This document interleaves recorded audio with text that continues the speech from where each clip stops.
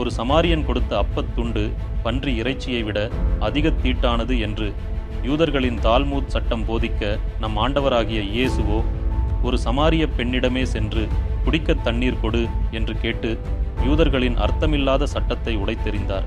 எல்லாவற்றிலும் அன்பே பெரியது என்ற அடிப்படை நற்செய்தியை அவர் தந்தார். அது ஒரு மாபெரும் புரட்சி. இயேசுவின் வாழ்வோடு சமாரியர்களும் அதிகம் தொடர்புடையவர்களாக இருந்தார்கள். இவர்களை பற்றி முதல் பகுதி செய்தியில் பார்த்தோம். இப்போது இன்னும் அதிக தகவல்களுடன் இரண்டாம் பகுதி செய்திக்குள் போவோம் வாருங்கள்.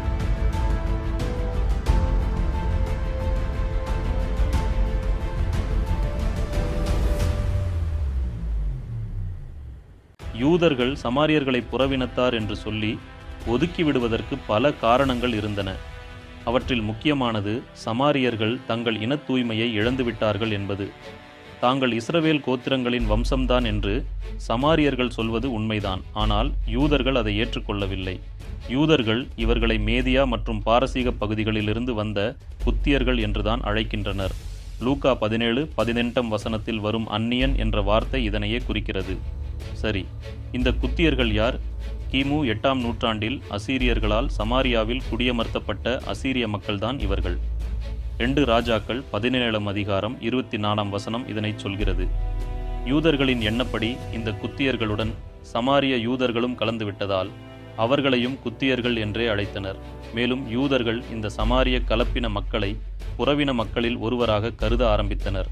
அடுத்து சமாரியர்கள் கெரிசிம் மலையை எருசலேமை விட புனித மலையாக கருதி அங்கிருந்த ஆலயத்திலேயே பலியிட்டு ஆராதனை செய்ததால் அவர்கள் உண்மையான ஆராதனை செய்வதில்லை என்றும் அவர்கள் விக்கிரகங்களை ஆராதித்தார்கள் என்றும் யூதர்கள் கருதினர். அதனால் சமாரியர் மோசேயின் சட்டங்களை மிக நுணுக்கமாக கடைபிடித்தாலும் அதை யூதர்கள் பொருட்படுத்தவில்லை. இதனால் கிமு 8ஆம் ஆண்டு முதல் இந்த சமாரியர்களை எருசலேம் ஆலயத்தின் உட்புறம் நுழைவதற்கு அனுமதிக்கவில்லை. யூதருக்குரிய ஆலய வரி, பாவ பரிகார பலி, பரிசுத்தப்படுத்தும் சடங்கின் போது செலுத்தப்படும் குருவிகள் காணிக்கை போன்றவற்றை இவர்களிடமிருந்து பெறுவது நிறுத்தப்பட்டது. மாறாக புறவினத்தாருக்குரிய காணிக்கைகள் மட்டுமே இவர்களிடமிருந்து ஏற்றுக்கொள்ளப்பட்டன. இவையெல்லாம் சமாரியரை மிகுந்த சங்கடத்துக்குள் ஆழ்த்தியது.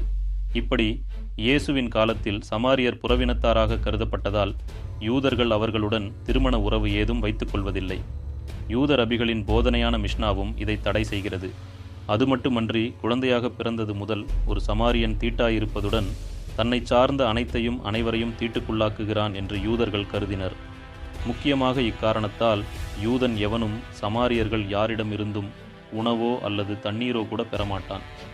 பாலஸ்தீனாவில் புறவினத்தார யூதர்கள் எப்படி நடத்தினார்களோ அப்படித்தான் சமாரியர்களையும் கிபி 70ஆம் ஆண்டுக்கு முன் நடத்தினார்கள்.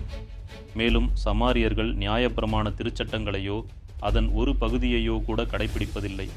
அதனால் அவர்கள் கெட்டவர்கள் மட்டுமல்ல, சபிக்கப்பட்டவர்கள் என்ற கருத்தும் யூதர்கள் மத்தியில் நிலவியது. இப்படிப்பட்ட பின்னணியில்தான் ஆண்டவராகிய இயேசு வகுத்துச் சென்ற வாழ்வின் மேன்மையை உணர முடியும்.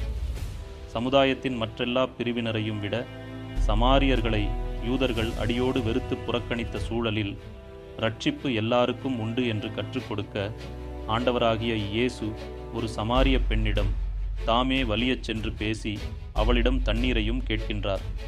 லூக்கா 17ஆம் அதிகாரத்தில் தமக்கு நன்றி சொல்ல வந்த ஒரு சமாரியரை இயேசு புகழ்கின்றார்.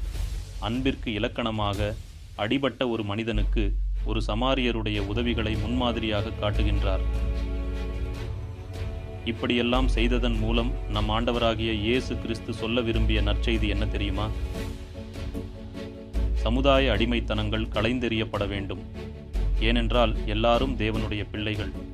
இனம், மொழி, நாடு, நிறம் யாவும் வேறுபாடுகள்தான். ஆனால் இவையெல்லாம் வெறுப்புக்கு இடமாகக்கூடாது. சமுதாயத்தில் தாழ்த்தப்பட்டவர்களான எவர்களுக்கும் மீட்பு உண்டு.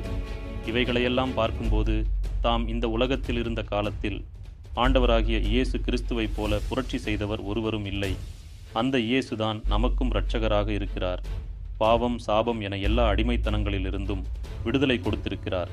நமக்கு நன்மை செய்த அவருக்கு நம்மையே கொடுத்து வாழ்வோம். ஆமேன்.